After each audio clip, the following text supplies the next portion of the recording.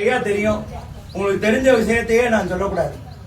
தெரியாத விஷயத்த சொன்னா தான் உங்களுக்கு ஆர்வமா கேட்கணும் இல்லையா? ஐயா ஜீவாத்மா பரமாத்மா.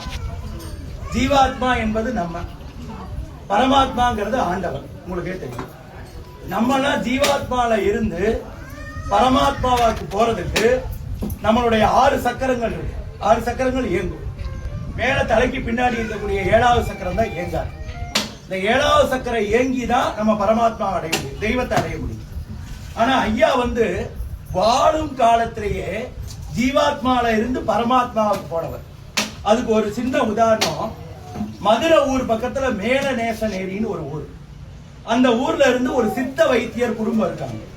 அவங்களுக்கு எந்த நோய்க்கு வேணாலும் தீர்க்கக்கூடிய மருந்து அவங்ககிட்ட இருக்கு. நீங்க பூ போட்டு எந்த நோய்க்கு வேணாலும் மருத்துக்கூடிய அவர்கிட்ட அந்த சித்த ஓலைச்சுவடியில இருக்கு, எல்லாமே இருக்கு. ஆனா அவங்க அதை கொடுக்க மாட்டேங்கிறாங்க. ஏன்னா மக்கள் துஷ்பிரயோகம் பண்ணிடுவாங்க, மக்கள் தப்பா பயன்படுத்திடுவாங்க அப்படிங்கிறதுக்காக அந்த மருத்துவத்தை வெளியிட மாட்டேங்கிறாங்க. ஆனா தேவரையா அவங்களை கூப்பிட்டு சொல்றாங்க, சித்தர் குடும்பத்தை, இந்த மருத்துவத்தை நீங்க வெளியிட்டீங்கன்னா எல்லா மக்களுக்கும் ரொம்ப உணர்வுபூர்வமா இருக்கும், எல்லாருக்கும் எல்லா நோயும் தீரும்னு சொல்றாரு. ஆனா அவங்க கேட்க மாட்டேங்கிறாங்க. ஏன்னா மருந்து அவங்க துஷ்பிரயோகம் பண்ணிடுவாங்க, சித்த மருத்துவத்துக்கு உண்டான மகிமை போயிடும். அப்ப இந்த தேவரையா என்ன சொல்றாருன்னா, நான் அடுத்த வாரம் மதுரையில மேடையில பேச போறேன். நீ இந்த மருத்துவத்தை பத்தி ஓலைச்சுவடியை பத்தி எல்லாம் சொல்லலைன்னா நான் இந்த மேடையில எல்லா மருத்துவத்தையும் சொல்ல போறேன்னு சொல்றாரு. அவங்க சித்தர் குடும்பத்துல இருக்கிறவங்க சிரிச்சுட்டு, இந்த ஓலைச்சுவடிங்கிறது 5000 வருஷத்துக்கு முன்னாடி சித்தர் அந்த 18 சித்தர்கள் உருவாக்கினது. அதை இவர் நம்ம பசுமன் முத்துராமலிங்க தேவரையா என்னத்த சொல்ல போறாரு? அதுல இருக்கக்கூடிய எழுத்தெல்லாம் கிரந்த எழுத்து, அது இவருக்கு எப்படி தெரியும்? இவர் என்ன சொல்ல போறாருன்னு சொல்லிட்டு அவங்க சிரிச்சுட்டு வெளியிடல. மதுரை மேடையில பேசிட்டு, இந்த மாதிரி மேலநேசநேரி குடும்பத்துல சித்தர் குடும்பத்துல இந்த மருந்தெல்லாம் இருக்குன்னு சொல்லி அந்த ஓலைச்சுவடியில என்னென்னலாம் இருக்கோ, கிரந்த லிபி, கிரந்த லிபிங்கிறது வேற, சமஸ்கிருத லிபியோட கூட, அதாவது தமிழ் மந்திரம் சமஸ்கிருதத்துல மந்திரம் சொல்லுவாங்க, உங்களுக்கு தெரியும். அதை விட பெருசு கிரந்த லிபி. அந்த கிரந்த லிபியில இருக்கக்கூடிய மருத்துவ குறிப்பு சித்தர்கள் 18 சித்தர்கள் சொன்ன எல்லா குறிப்பையும் அங்க மேடையில ஒன்னொன்னா சொல்றாரு. இந்த நோய்க்கு இந்த மருந்து சாப்பிட்டா சரியாகும், இந்த நோய்க்கு இந்த மருந்து சாப்பிட்டா சரியாகும் அப்படின்னு சொல்றாரு.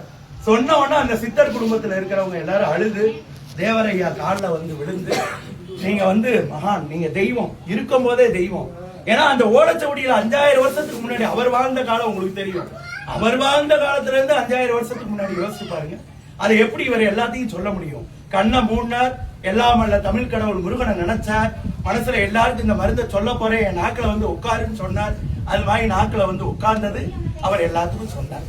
அப்பதான் அது மூலமா தான் மதுரை மேலநேசநேரி இருக்கிறதுல இருந்து எல்லாருக்கும் அந்த சித்த வழிபாடு எல்லாத்துக்கும் வந்தது. இன்னும் நீங்க இது எல்லா இடத்துலயும் கிடைக்காது. தஞ்சாவூர் சரஸ்வதி மகால்னு ஒன்று இருக்கு, அங்க லைப்ரரி, சரஸ்வதி மகால் லைப்ரரி. அங்க போய் தேவரையாவை பத்தி படிச்சீங்கன்னா நமக்கு மறைக்கப்பட்ட நிறைய விஷயங்கள்லாம் தேவரையா வருது. அதனால எல்லா விஷயமே நீங்க சரஸ்வதி மகால்ல போய் பார்க்கலாம். தஞ்சாவூர் சரஸ்வதி மகால் லைப்ரரி தான், அது உங்களுக்கு தெரியும். அதனால பரமாத்மா ஜீவாத்மாவிலிருந்து ஐயா பரமாத்மாவானவர். நம்ம எல்லாம் ஜீவாத்மாவில இருந்து பரமாத்மா போறதுன்னா ஆண்டவன்ட்ட போய் சேர்ந்துட்டு அப்புறம் திருப்பி வர முடியாது.